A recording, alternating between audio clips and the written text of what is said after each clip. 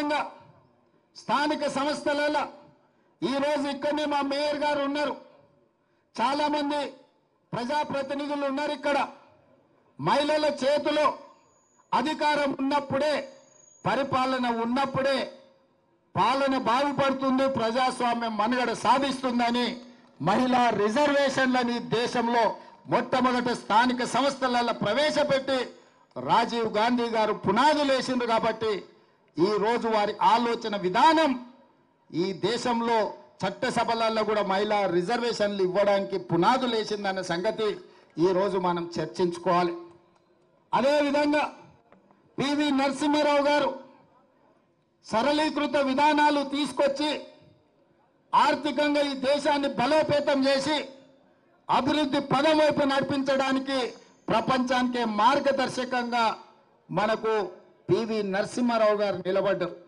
ఈ విధంగా ఈ దేశాన్ని పండిత్ జవహర్లాల్ నెహ్రూ గారు, లాల్ బహదూర్ శాస్త్రి గారు, ఇందిరా గాంధీ గారు, రాజీవ్ గాంధీ గారు, అదేవిధంగా మన తెలంగాణ బిడ్డ పివి నరసింహారావు గారు ఎంతో విజ్ఞతతో భవిష్యత్తును ఆలోచన చేసి భవిష్యత్ తరాల కోసం ప్రాణ త్యాగాలే చేయడమే కాకుండా ఈ దేశం యొక్క ప్రణాళికలు రచించి అన్ని రంగాలలో ఈ దేశాన్ని ముందుకు నడిపించారు.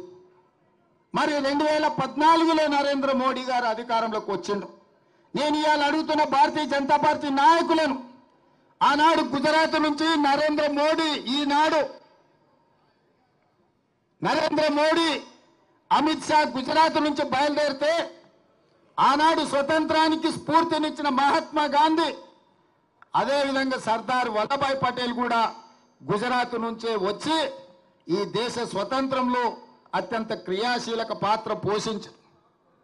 ఆనాడు స్వతంత్ర పోరాటంలో ప్రపంచంలోనే గుజరాత్కు ఒక గొప్ప గుర్తింపు గౌరవాన్ని మహాత్మా గాంధీ గారు, వల్లభాయ్ పటేల్ గారు తీసుకొస్తే 2014లో అదే గుజరాత్ నుంచి ఇవాళ నరేంద్ర మోడీ, అమిత్ షా బయలుదేరి ఎంత అంతరం, ఎంత వ్యత్యాసం! ఆ ఇద్దరిని చూస్తే ప్రపంచమే నమస్కరించే విధంగా ఉంది. ఈ ఇద్దరిని చూస్తే ప్రపంచాన్ని దోసుకునే వ్యక్తులుగా ఇవాళ ప్రపంచం ముందర కనిపించింది. హమ్ దో హమారే దో అని ప్రకటనలు చూసేది. నరేంద్ర మోడీ, అమిత్ షా కలిసి అదానీ, అంబానీలను ఈరోజు గుజరాత్ నుంచి తీసుకొచ్చింది. ఈరోజు గుజరాత్ నుంచి వచ్చిన ఒక నలుగురు, నరేంద్ర మోడీ గారు, అమిత్ షా గారు, అదానీ గారు, అంబానీ గారు, ఈ నలుగురు ఈ దేశాన్ని చేతబట్టి దుష్ట చతుష్టయం ఈరోజు ఈ దేశాన్ని దోసుకుంటున్నారు. దోపిడీలో భాగంగానే సెబీ చైర్పర్సన్ గారు పాల్పడ్డ తప్పిదాల మీద విచారణ చేయండి, తక్షణమే ఆవిడను తొలగించండి, ఆవిడైనా రాజీనామా చేయాలి సెబీ చైర్పర్సన్ గా, లేకపోతే కేంద్ర ప్రభుత్వమే ఆవిడను తొలగించాలి అని మన నాయకుడు రాహుల్ గాంధీ గారు, మల్లికార్జున్ ఖర్గే గారు డిమాండ్ చేశారు. ఆ పని చేయలేదు. ఆ పని చేయనప్పుడు జరిగిన అవకతవకల మీద లోక్సభ, రాజ్యసభలో జాయింట్ పార్లమెంటరీ కమిటీని వేయండి అని కాంగ్రెస్ పార్టీతో పాటు ఇండియా కూటమి డిమాండ్ చేసింది. ఈ డిమాండ్ను అమలు చేయకపోను 4 రోజుల ముందే పార్లమెంటును వాయిదా వేసుకొని ఇవాళ భారతీయ జనతా పార్టీ ప్రభుత్వం పరారైపోయింది.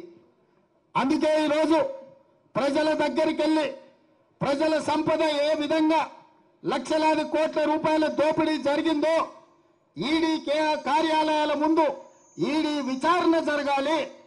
ప్రతి రాష్ట్రంలో ఈడీ అధికారులకు మీరు రిప్రజెంటేషన్ ఇచ్చి ఈ జరిగిన వేల లక్షల కోట్ల రూపాయల దోపిడీ మీద ఈడీ విచారణ జరగాలి, మీరు వెళ్ళి నిరసన తెలపండి అని చెప్పి మన పార్టీ అధ్యక్షుడు పిలిపించాడు. ఈరోజు మనమందరం ఈడ కాంగ్రెస్ పార్టీ అధ్యక్షుడు పిలుపు మేరకు ఈడీ కార్యాలయం ముందు గంటల కొద్దీ నిరసన తెలిపి ఈరోజు దేశ ప్రజలకు మనం చెప్పదలుచుకున్నాం, ఈ జాతి సంపద పేదలకు చెందాల్సింది కేవలం 2 వ్యక్తులకు దోషపెడుతున్నారు. మరో 2 వ్యక్తులన్న సంగతి ఇవాళ ప్రపంచానికి చెప్పాలి, ప్రపంచానికి తెలవాలి అని ఈరోజు మనం నిరసన కార్యక్రమంలో కూర్చున్నాం.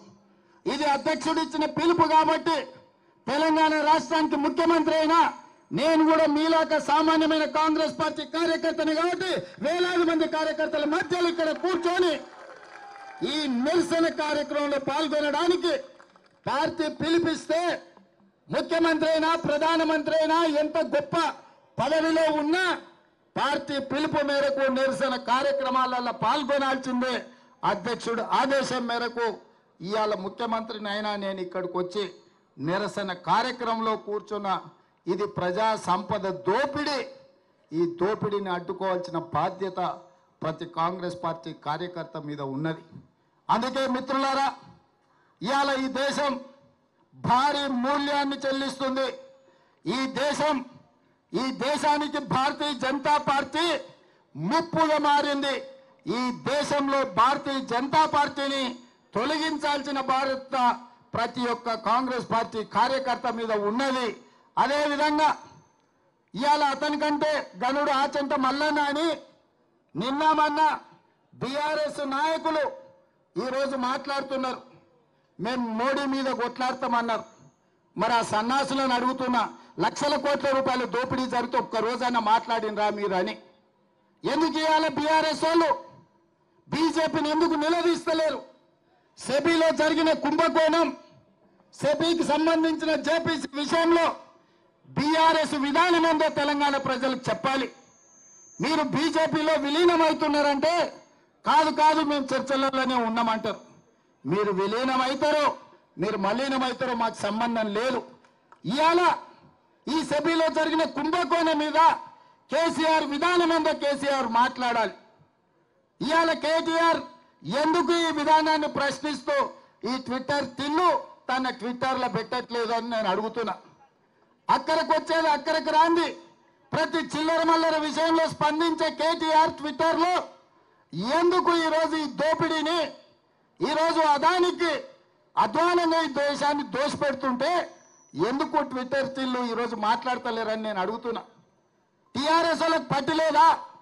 ఈ దేశ సంపద దోస్తుంటే బీజేపీకి అనుకూలంగా మీరు ఉన్నారని ఇది ఒక్కటే స్పష్టమైన సాక్ష్యం కదా. నిజంగానే బీఆర్ఎస్ బీజేపీలో విలీనం కాకపోతే, బీజేపీ బీఆర్ఎస్ చీకటి ఒప్పందంలో కాంగ్రెస్ కు వ్యతిరేకంగా కొట్లాడకపోతే ఈ జేపీసీ విషయంలో బీఆర్ఎస్ విధానం ఏందో తెలంగాణ ప్రజలకు చెప్పాలి. అసలైన తొలి వెలుగు. ఫాలో వాట్సాప్ @తొలి వెలుగు official.